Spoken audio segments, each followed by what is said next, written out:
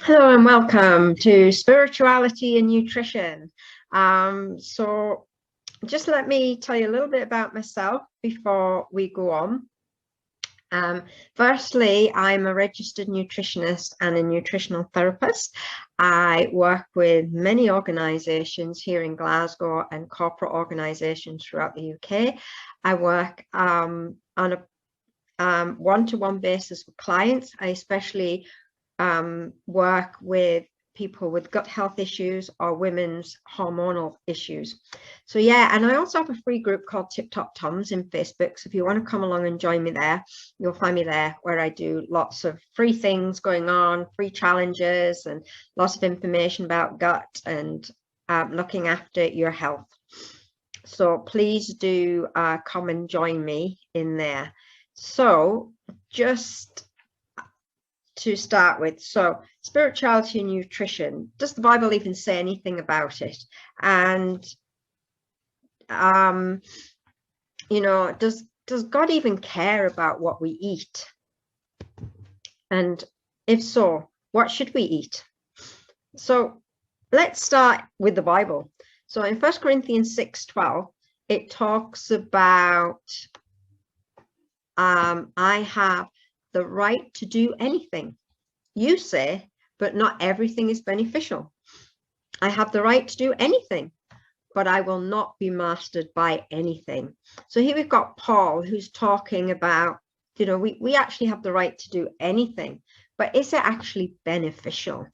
You know, so we have the right to eat an ice cream cone. It's quite a nice thing to do.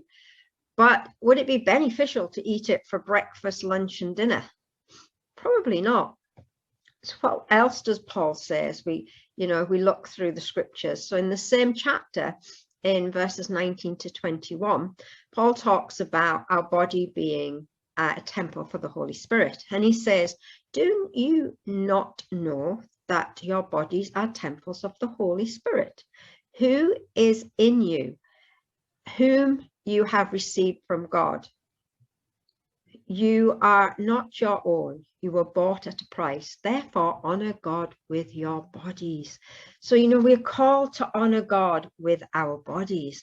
And what does that actually mean for us as Christians? You know, and I think if we look at it in the terms of, you know, this building, you know, is obviously a Christian church. It's got the cross on the top. It's a beautiful building, stunning building.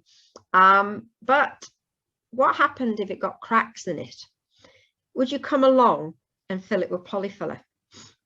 And if you kept filling it with polyfiller, what would eventually happen to that building? It wouldn't be sustainable. It really wouldn't be sustainable. So we need to think beyond polyfiller. And we need to think about what would actually be good for this building if cracks started to appear. And it's the same with our own body. You know, we're called to honor our body. So should we then be putting food in that just sustains us as a human being, or should we be putting foods in that sustains our health as well, so that we have a healthy body that harbors the Holy Spirit and honors God? Well, let's have a look at the kind of things that we can do as human beings that maybe help nourish our body and keep it alive, well, and, you know, in good health. So here's my 3 nutrition tips to maintaining your temple. So we're going to look at plant-based foods. We're going to look at pre and probiotic foods, and we're going to look at healthy fats and proteins. And I consider these 3 things the pillar for good health. Okay, so we start with plant-based foods, and this is all the rage at the moment. Veganism is all the rage, you know. So what does the Bible actually say about plant-based foods? Well, actually, it starts in Genesis 1. So in Genesis 1, the first command that God ever gave man, he says, so God created mankind in his own image. In the image of God, he created them. Male and female, he created them. God blessed them and said to them, be fruitful and increase in number. Fill the earth and subdue it. Rule over the fish in the sea and the birds in the sky, and over every living creature that moves on the ground.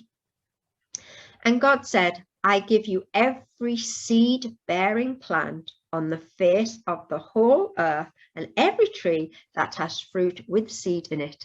They will be yours for food. So in the very beginning, God told man that plants were essential food for them. You know, seed-bearing plants, plants that fruit that grew on trees. So he gave us a wide variety of food to eat and maintain our bodies. Why? Why? Because we need nutrients. We need nutrients such as vitamins and minerals and antioxidants and phytonutrients and fiber and protein, fats and glucose to maintain our body. And our plant-based food contains all of these things. And how do we know that? Because science is now showing us that we know that. That they contain these things, and that these are things that help our body to function properly. So in the very beginning, God knew what was good for us, and he provided natural food that were good for our body. And science now is actually holding that up. So when I come to helping people with their diets, and the things that I do in kind of when I'm promoting health, one of the things I talk about is Eat a Rainbow. And the Eat a Rainbow diet is taking the different colors of fruits and vegetables, and you eat from each color every single day. So you eat from one of these categories every single day. So you might have a red apple, and you may have some cucumber. And in the blue section, you might have some beetroot. And in the white section, you might have some onions. And in the yellow, you may have some oranges. So you would eat one from each group every single day. And then what we find is that, you know, there are 7 colors of the rainbow, but we don't break the fruit veg into 7 colors. But we still need 7 a day minimum in order to sustain our body. So what I recommend is 5 vegetables a day and 2 fruits. And this will help us to have all of these vitamins and minerals and antioxidants, phytonutrients and fibers and proteins and fats and glucose that we can get from our diet to sustain the body. And what they'll do is they'll help us maintain, you know, our health. So they're anti-cancerous. So they help to reduce your risk of cancer. They help to balance your hormones. They're anti-inflammatory, which when the body is inflamed, that causes us to become ill or overweight or obese or have problems like diabetes type 2. So that all comes from having inflammation in the body. It protects our cells and it boosts our immune system. So eating the rainbow is one way and one tip that I'm going to give you to help you to sustain your temple that is housing the Holy Spirit. So the next thing I would suggest is pre and probiotic foods. And what do I actually mean by pre and probiotic foods? So prebiotic foods are foods that what they do is they feed our gut bacteria, and our gut bacteria thrive on them. So within us, we have a whole host of trillions and billions of gut bacteria. And the more trillions and billions of this gut bacteria that you have, the more that increases the, it makes your body more healthy, because these bacteria, as we found out from science, is they interact with our body, they interact with our brain, they interact with our immune system. You know, they talk to our body, and they help us to have a healthy body.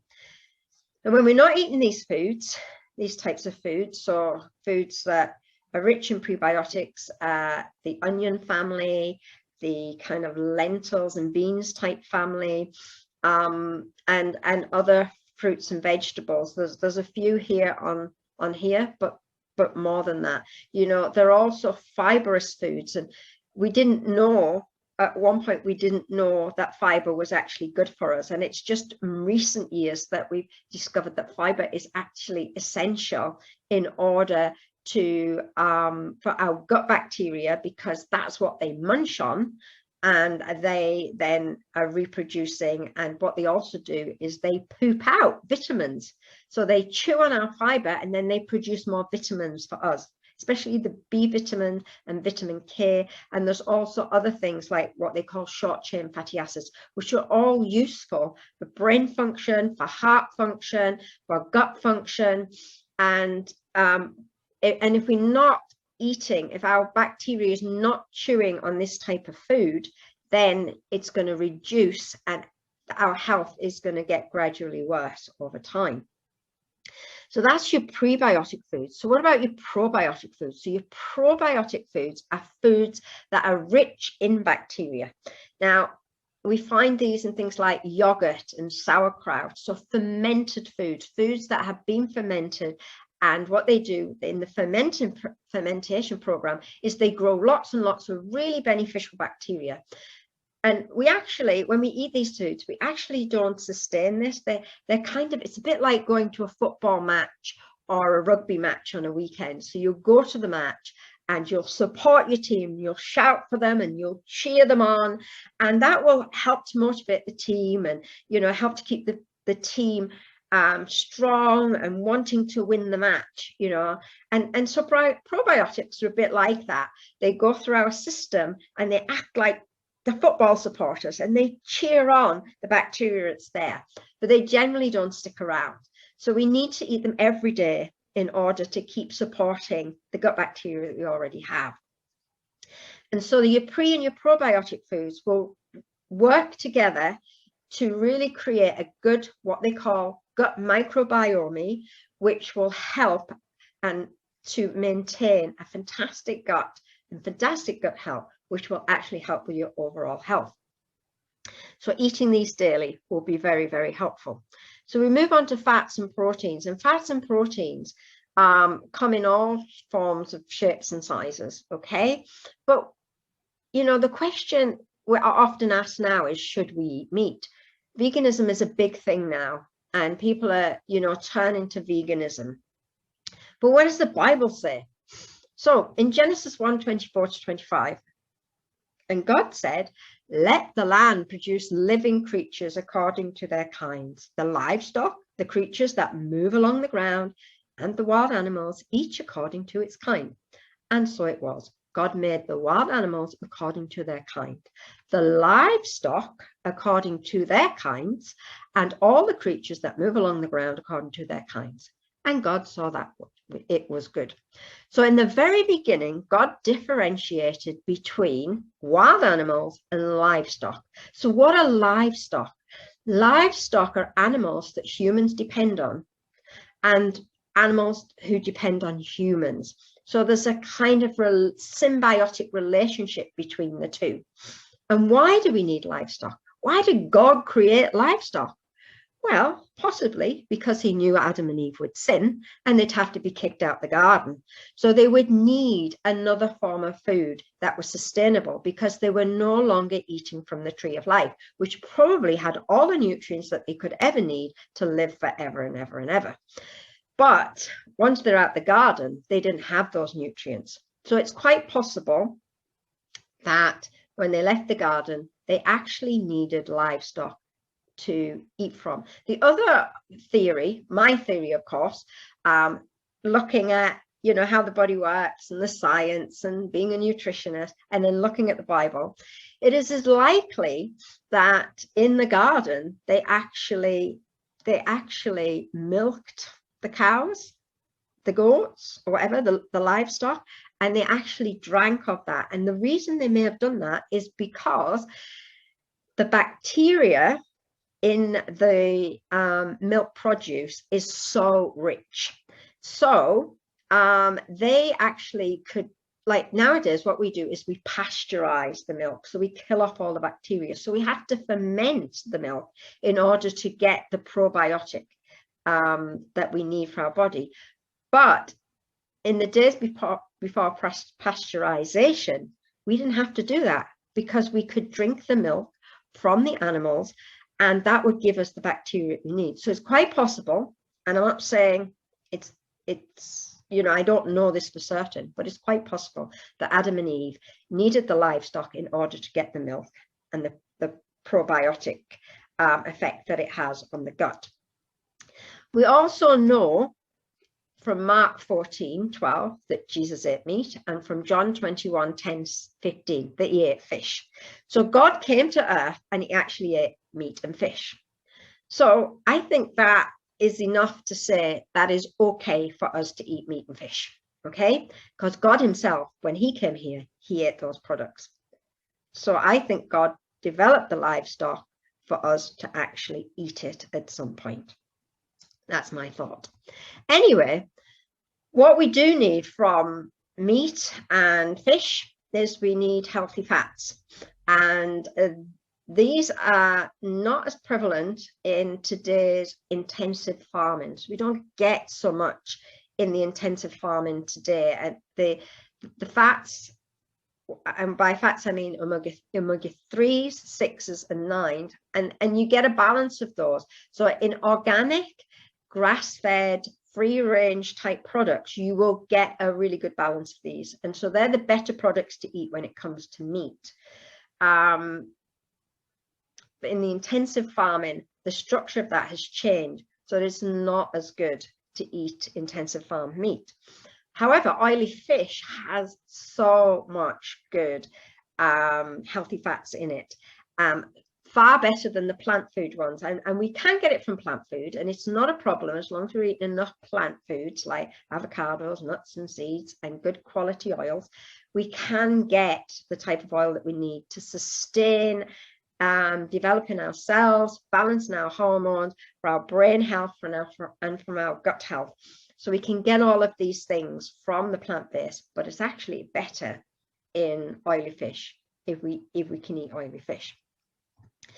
Healthy proteins. Now we need protein in every single meal that we eat, from breakfast through to our evening meal. And the reason for this, there's a number of reasons, is because protein helps us, keeps us fuller for longer. So we end up not snacking on rubbish like crisps and biscuits and chocolate. And it helps us stay fuller for longer. So we can tend to go to lunchtime if we have nuts and seeds in our breakfast.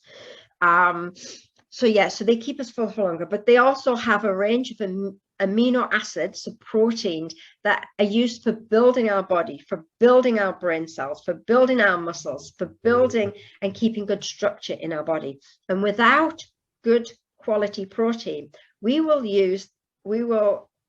know, our body will start falling to bits. You know, we will no longer have a healthy temple to hold the Holy Spirit in.